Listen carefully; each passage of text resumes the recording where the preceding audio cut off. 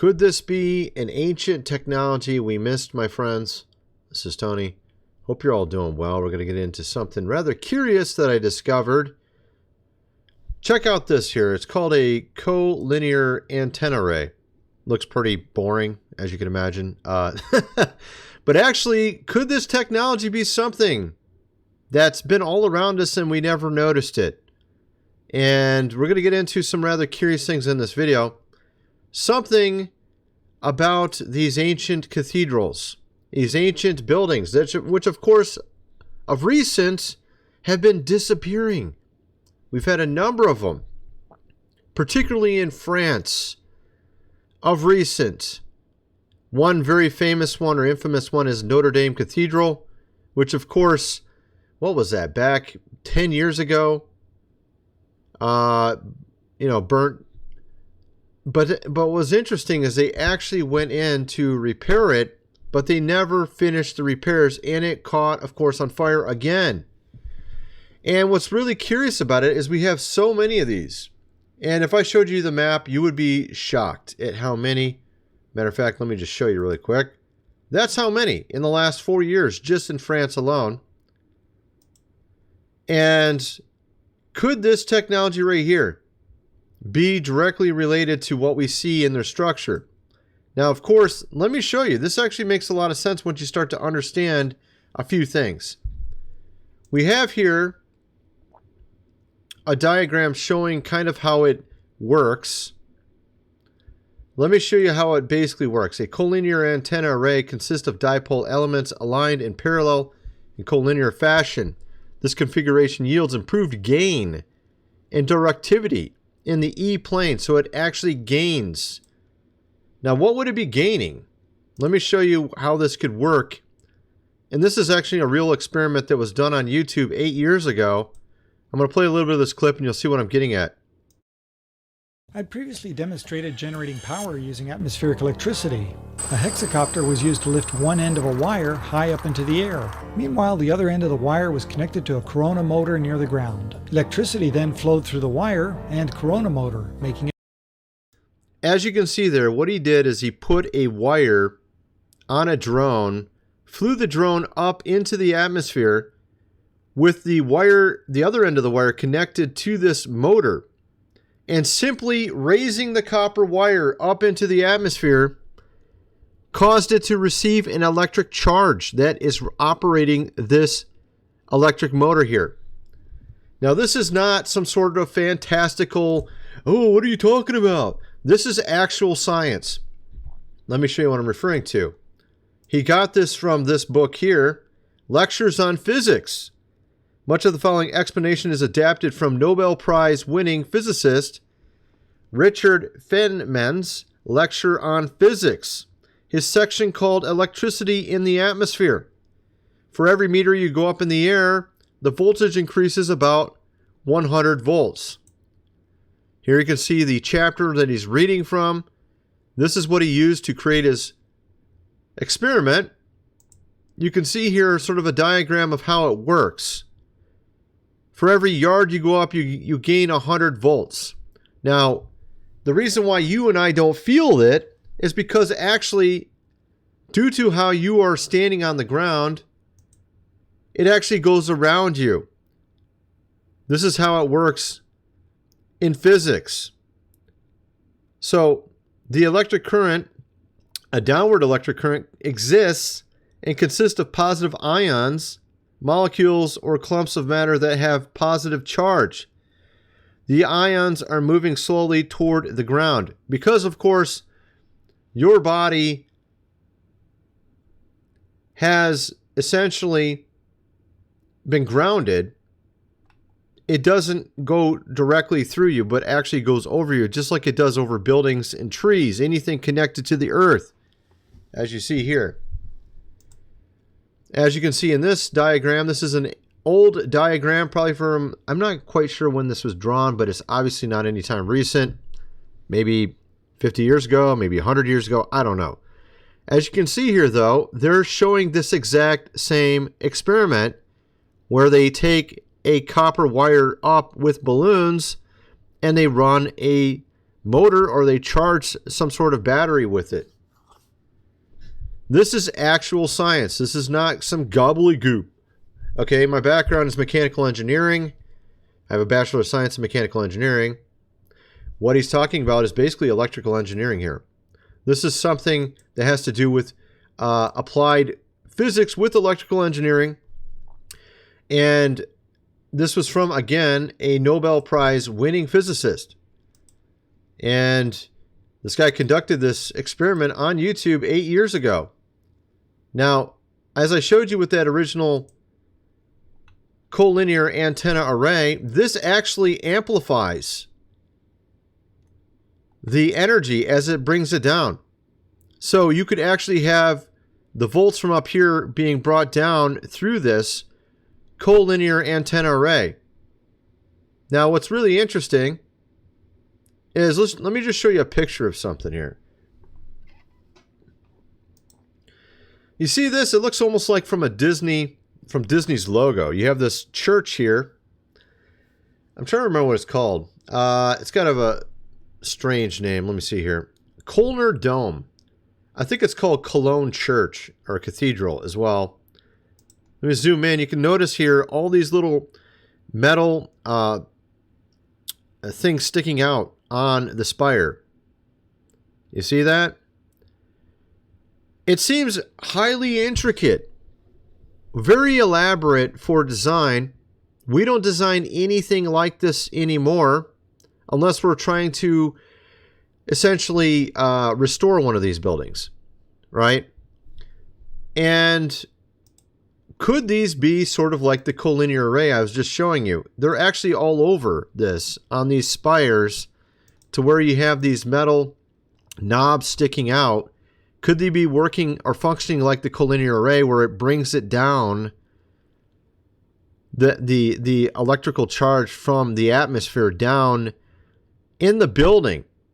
Now, with these spires, they act like that first thing I showed you guys there, the collinear antenna array. And let's see if I can get it on there. All right, there we go. So if they're acting like that, they're in a sense able to go up into the atmosphere without the atmosphere going up around it. So that's what I think is going on with those spires on top of these church buildings, is they're able to sort of pierce through that and get into those voltages. And that's why they have those little knobs to sort of gather the voltage from the atmosphere and bring it down into the building. That's why they create the spires the way they do, is so that it can get into there like that. But now, of course, I've seen videos, people talking about, often in these ancient cathedrals, there's usually a square section in the center of underneath these spires. And some have said that they actually had some sort of contraption in this area where perhaps it could gain the charge from the atmosphere and store it in a battery or use it in some fashion. I don't know. It seems to be way too elaborate to be just building it for looks only. You can't see much from a distance. These are very, very tall buildings. Let me show you the inside of this building to give you an idea. Let's see if I can get it a little bit better. You can see some people over here, right? It's not a small church, as you can see, or cathedral. And of course, what's interesting about this, why am I talking about this? Well, we have some latest stories coming out, particularly in France, of buildings. These type of buildings, these old world buildings, catching, of course, on fire. Notice the way he's, basically the water hose is going the exact wrong direction. It's up here, my friend. Why are you pointing the water this direction? I don't know what he's doing. Okay, but there's actually 3 of them. They're all not pointing directly at where it is. I thought that was kind of interesting. Who knows? Could be just that I don't understand how to do that. But I kind of feel like that doesn't make any sense what they're doing. Unless they're just trying to water down the entire building to keep it and just expecting the spire to go or something, or the roof. I don't know if that's what they're thinking. That's one thought in my mind. I don't know if that's what it is, but at any rate, we're going to get into a ton more about this and what's going on with this, because there are hundreds and hundreds, and it's always these old world buildings that seemingly catch, of course, on fire. And you'll notice if you look throughout history, this is very, very prevalent. Every single city that had these type of buildings have had, almost not every single one, but a lot of them have had, even Calcutta, India, had these kind of buildings, which of course it doesn't anymore. It had a mysterious fire that just went through the entire city and got rid of all of them. And I'm going to show you some pictures of that. It's pretty amazing. You have, basically at the invention of the camera, they had some of these pictures taken just before this occurred. Oh, they weren't supposed to take any pictures beforehand. You weren't supposed to know about it. But before we go any further, my friends, I got to mention food supply, 25 years shelf life. Link is in the description. 3 months worth for $750. They have a larger mega pack now. It includes more calories per day. This is basically about half the price of getting the equivalent amount of calories at a local supermarket like Kroger, if you actually calculate it out. So definitely want to get this. You never know what's next, my friends. You've seen all the wonderful, I'm being sarcastic, things around us happening, right? You're going to want to be prepared. You never know. World WAR, power, of course, outages. Who knows what's next? Get it before you need it and you don't have it, right? Link is in the description. This book here as well, The Lost Ways, How Your Great-Great-Grandfather Lived Without Electricity, How to Build a Cellar, Do Things Around the House Like They Did in the Good Old Days before they had electricity. Of course, we are so heavily reliant on electricity, you wouldn't know what to do if you had 3 weeks without, power. And let's just say you couldn't go to your parents' house or your friend's house because everyone's like this. What would you do in that situation? We've never had that situation. But some have been talking about this. A guy on the dark, of course, web who predicted the IT outage to the very day. Told people not to buy plane tickets, don't go on any plane trips on that day. Says now that there's going to be some time between now and the end of the year where we're going to have weeks of, power outages. This is what he said. I don't know if it's true or not. Who knows? Might want to get this book just in case. You're going to need it beforehand because it's very hard to get. I'm about the only one that has it, selling it. Get the printed version. Link is in the description. $37 plus shipping. And, of course, gold and silver. Link below. Let's see if I can get that pulled up. AppMax.com. They got some deals going on right now. With gold and silver, I think silver's actually the winner right now. Silver is underpriced currently for its value. Usually gold and silver are tied pretty well, although silver tends to lag. And gold has went up recently about 17% since the beginning of this year. So silver is still behind. You're going to definitely want to buy it now before it catches up. Link is in the description for that. And of course, also you want to preserve all that money you worked hard for. I'm sure you don't like looking at inflation eating it all up. And if gold went up 17% since the beginning of this year, what does that mean, my friends? It means your dollar is worth 17% less than the beginning of this year. That's what it means. Plain and simple. A lot of people don't understand that, but that's literally what it means. That's why everything keeps costing more no matter what you do. Link is in the description. Go check it out. Also, my website, GR Videos. If you like this video, I got lots of other ones where I do deep dives into interesting topics like this. Link is in the description, my friends. $4.95 a month. First month is free. Let's get back to the video. So, of course, we've seen a number of these churches being taken, of course, down in one way or another. Here's yet another example right here. And this has happened with these ancient old world buildings, not just cathedrals, but also buildings that don't look anything like those. They have maybe instead pillars. Let me show you what I'm referring to. Let's see, I got so many windows open. Let's see if I can find one. Okay, here we go. Some of these old world buildings like this. They also have buildings that look like this as well. And these are all across the world. Okay? Notice how empty their streets were back then when they took these pictures. Why is there such emptiness in these cities with these gigantic buildings everywhere? And then they have, of course, in a lot of their drawings and other pictures where they show mounds of dirt surrounding these buildings. almost like they were buried. Of course, that's what I'm trying to get into that yet. But the fact is, these buildings are from the old world. A lot of them are from before basically from the Middle Ages. A lot of these are, or around that time frame. Okay? And they were built with sort of the old world techniques. And of course, you even had Stalin removing these back in like the 1920s, 1930s. You had also, again, if you go back even farther to the initial start of all this, you had King Henry VII.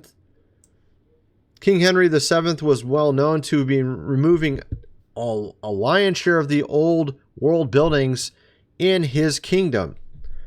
And he had a crest of a red dragon. Now, if you go back to King Henry VI, he had a crest of a white dragon. Now, this comes back to what I've talked about before. There's a chapter in the book of Esther that was removed, the last chapter. It's called Mordecai's Dream. It was removed and put in the Apocrypha. If you can explain that, I'd like to know why that makes any sense. Why would a book be inspired but the last chapter is not inspired? Of course, because the Apocrypha means it's also inspired. It's just hidden. Only those that are worthy are to read the Apocrypha. This is what people don't understand. 2nd Ezra 14 even details this, that the books, it even details what books would be accepted by both the wicked and the just. And it ends up being the 66 books you see today. And that the other books would be called hidden books. And it's a huge amount of books. It's like 70 books we don't even know about. And Enoch is one of these books. Esdras is another one, which was in the King James up till about 200 years ago. It details its own removal from the text. Also, you have a chapter from Book of Esther removed, which this chapter refers to Mordecai's dream. And Mordecai's dream is about two dragons fighting, vying for power, of course, over the world, referring to a good dragon and an evil dragon. Who will be over the world, a good one or an evil one, depending on who the people choose. Will you choose the evil path? Will you choose the righteous path? This also was seen with Merlin the magician in his time, which is around 500 AD. This happens every 500 years, or every Ona. So every Ona, according to the Dead Sea Scrolls, every 500 years is an Ona. So every Ona is a time when you could have it switch from a red dragon to a white dragon, or a white dragon to a red dragon. Also in the Book of Esther, Mordecai's dream was about a time frame when it happened during her time. Okay, which I believe was 500 BC, if I remember correctly. So you have her time. You have King Arthur and Merlin, that was 500 AD. Then you have 1500 AD, which is King Henry VII, where we went from the white dragon back to the red dragon. So if I remember correctly, so we had the white dragon over the world from 500 AD to 1500 AD. We had the red dragon. Obviously, if I understand it correctly, 500 BC, white dragon, 500 years to 0 AD. 0 AD, we had the red dragon for 500 years. Then we had the white dragon from 500 AD to 1500 AD. I call it the millennial, of course, kingdom, which may or may not be the case. I think it is the case. It could be typological as well. It's 1,000 years reign. Okay, so you got 1,000 years, 500 to 1500 AD. Then you have 500 AD or 1500 AD to 2000, which is around now, 2024. And we're actually switching again back to the white dragon right now. So, and I wasn't trying to get into this huge trail, but the point is you can see right here how they had the crest of the white dragon right before it changed. And then King Henry VII, you had the red dragon and a white dog. Okay. So like the white dragon became a dog, which is not, obviously is not considered a good thing. So King Henry VII was well known for destroying a lot of these old world buildings, because these old world buildings are from the white dragon's kingdom. The white dragon being a good dragon. Okay, and it talks about you will be protected under his wings in Psalms, which is not referring to a bird but a dragon, and a lot of people don't know that either. So God shows himself as a dragon as well in Scripture, and a lot of people are completely unaware of it, that he's a white dragon. He references himself as many things, not just a white dragon. He refers to himself in many other ways. You remember the serpent on the pole, Moses, that whole thing? White dragon. You see what I mean? So you have the red dragon, you have the white dragon. And so the red dragon is what we've been under for 500 years. You can, and I've covered how there's actually lots of examples of it today. You'll see red dragons everywhere on flags and things like that. So that's what we're under right now. That's why you see these buildings going up in flames, because these are old world buildings and they want to remove all these buildings. Again, these buildings have technology in them that we don't understand. Okay, this is a very recent picture. This is the latest one. This is the Cathedral Immaculate Conception, I think it was. It's in France. I showed you guys this picture. This is what they've done over the last 4 years in France alone. This is how many of them. This is not normal. Can you tell me this is normal? Does this look normal to you? This many churches disappearing, particularly old world ones? What is that, like 200? I don't even know how many that is. That's an insane amount. So, of course, there are channels like My Lunch Break, John Levi, they cover stuff like this. Destroying, of course, the old world. And they talk about this. There's tons of examples. You can see this stuff left and right all the time. Many different countries even, including Deutschland or Germany, France, a lot of other places. You'll see these things going up, and they're all old world almost every single time, including the Notre Dame Cathedral, which, of course, has still not been fully repaired. Why? Because we're under the red dragon. The red dragon doesn't want to repair it, my friends. He wants it gone. So they repair it. They take 10 years to repair it. They never finish it, and then it catches on fire again. You see what I mean? They're never going to fix it. That's the entire point. They won't fix it. The fine for this happening in France is only $500. You could take out 4 churches for $2,000 and a slap on the wrist and I think 200 days of community service or something like that. It's like nothing. Literally, that's what you could. That's why these people do this. And of course, I mean, there's a lot of other things you get fined much bigger for. You'll be behind bars for just merely speaking things they don't like, right? So I find that rather intriguing. So of course, again, then there's all these pictures. If you look at any pictures from the 1800s of cities, it's absolutely astonishing how so few people are there. Yet these buildings they're empty. Why are they like this? Why are there so few people? This is a library? Really? That's a library, my friends. Probably with 5,000 pound stones, 10,000 pound stones in that library there at the foundation, I'm sure. I'm sure they're able to take a 10,000 pound stone with horse and buggy and build a library. Let's build a library with this super heavy rocks. And let's build it all out of rocks. And there's nobody here. So let's just have this huge library with nobody here. Does that even make any sense? It makes no sense. Okay? This isn't rocket science.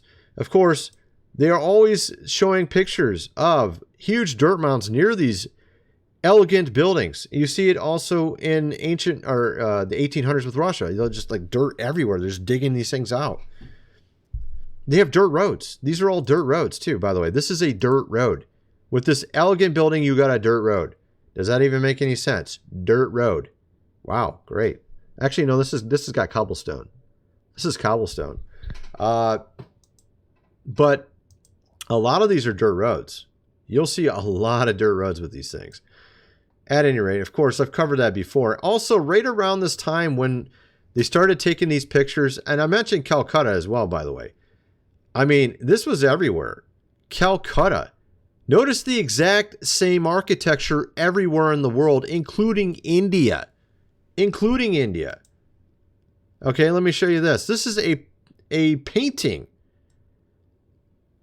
from those times, from the 1800s. Notice all the buildings look like they look just like the Chicago World Fair. Let me show you that. Where is that at? I got any pictures? Nope. There's no picture. Okay, here we go. I'm looking wrong. Let's see. Does he get a picture up here? Yeah, here we go. Notice the buildings. This is in Chicago, or Chicago back then. Zoom in, you can see it. Notice the architecture. Let's go look at Calcutta. Exact same architecture in India. By the way, these buildings don't exist anymore. Why? Around 1840, they had a mysterious fire that somehow took all these buildings out. Buildings out of stone somehow are all burnt out and are gone now. That makes no sense, does it? Not really. It doesn't make a lot of sense, but that's what occurred. Also, of course, we had the World Fairs. They had the exact same buildings, which they claimed they built in no time flat, record timing. It makes no sense. They supposedly built this with horse and buggy. This is pretty much the biggest building in existence. It holds as many people as the biggest Olympic building today. This building here. This is only at the halfway point. I've shown this many times before. There's no way they built this with horse and buggy. There's no way. I had background with architectural design as well, and also semi-truck design and mechanical engineering, all this kind of stuff. I focused on design. That was one of my focuses. The other was power plant technology. But the fact of the matter is that just doesn't make any sense. Also, at around the exact same time all this was occurring, that's when we had these massive amounts of lunatic asylums being built. We also had all the orphans. So the parents go to the asylum, the orphans go to somebody else. And of course, this is around the time of Sigmund Freud, who was funded by a certain family, Araka, you know, fellers. And of course, Sigmund Freud, he said one of the main things that were wrong with people was religious fervor. You got too much religious fervor. You need to go to this building over here. Oh, we'll take those orphans over here on trains. Kind of weird. Kind of weird. Almost like they were trying to get rid of certain people and new stuff. You know what I mean? So, again, getting back to all this, you can kind of see the pattern what I'm getting to. You see kind of what's going on today. I mean, this guy right here was literally, he's a teacher in Ireland, and he's losing his job. He can no longer go back to his job. He's been in jail for 400 days because he refuses to affirm and endorse the rainbow. Not that he said anything bad about the rainbow. Not that he was, against the rainbow, but rather that he didn't endorse it and teach it. He didn't teach it. So they arrested him. And he's in prison for 400 days. Does that make any sense to you? Of course, like I said, we've seen sort of the downfall of all this stuff. The West, Europe, America, all this kind of stuff. You can see here we had Richard Dawkins, who, of course, helped with that by promoting atheism everywhere. He now calls himself a cultural believer because he realizes that what he was promoting has basically destroyed his entire, of course, country at this point. And we're seeing, of course, also all of these cultures from the old world being, of course, removed with other things coming in their place. And that's basically how they're trying to do this. You have people like in Hollywood, like Richard Gere, promoting this type of stuff. Okay? You have, of course, also Mark Hamill from Star Wars, the guy who played Luke Skywalker, promoting this as well. Lots of people, actually. And again, you remember how I said that these fires seem to happen all the time. Look at these. These are stories. You can find these in newspapers. Go to a library, go to Microfiche, 1941, Santander Fire, Minnesota History, Great Minneapolis Fire, 1893, Hamburg, 1842. They're everywhere. It's like every time you turn around. Calcutta, all of the buildings gone, all of them. And they all looked exactly like the ones we saw over here in Chicago. And also in other places like St. Louis. I think I had that open too. Do I have that? Yeah, here we go. St. Louis, look at their buildings. Look kind of familiar? Same exact type of structure that we saw everywhere else. This looks just like the inside of that church I just showed you a minute ago, kind of. Looks kind of similar. I mean, you got that one on St. Michael's Island in the middle of the ocean on an island that looks kind of like this as well. Out in that one's in France also. But so this is the kind of stuff that's been happening, and a lot of people are just completely unaware of this. Then you have, of course, the fact that this kingdom also went into the United States from over in Asia. This kingdom was very large and very vast. Of course, you're not supposed to know about them. Okay. So I'm not going to say their name. You can go look it up. But here's another interesting map here of America. And you'll notice that there's actually a place on here that is a legend that supposedly doesn't exist, but actually is listed right on here. It's from the Vikings. It's called Norimberga. You see that? That's supposed to be a fantastical mythological place that never existed that the Vikings created. But here it is right on a map of America. Right here. Of course, to get an idea where it's at, this is Florida. Okay, I can't show it on the screen very well. Let me see if I can show it better. I think this is supposed to be Florida right here. And down below that's Mexico over here. So I'm not quite sure where this is at. But it's along the coastline up above that. So, I don't know. I'd have to look into it for a while to figure it out. But I think you can probably figure it out if you're wanting to really know. But so you got like stuff like that as well, right? You got Africa here. Here's Africa. Look, they also had the towers. They had these cathedrals and towers as well, all across Africa. And if you look at this map, it's kind of funny because is this the same map or is this a part of it? I saw the bigger part of this map, and if you went over to where the Vatican is in Rome, it didn't have hardly any of these buildings compared to Africa. So Africa actually had more of these buildings than even Rome did. So that's another thing. It's just like you saw Calcutta, you had Africa, all of them had these type of buildings. It's like, what's going on here? What is this? You have all these castles everywhere, and they're now all completely gone in some of these places. But at any rate, so I just wanted to present this, kind of what some of you guys think. Let me know in the comment section below, and thanks for watching.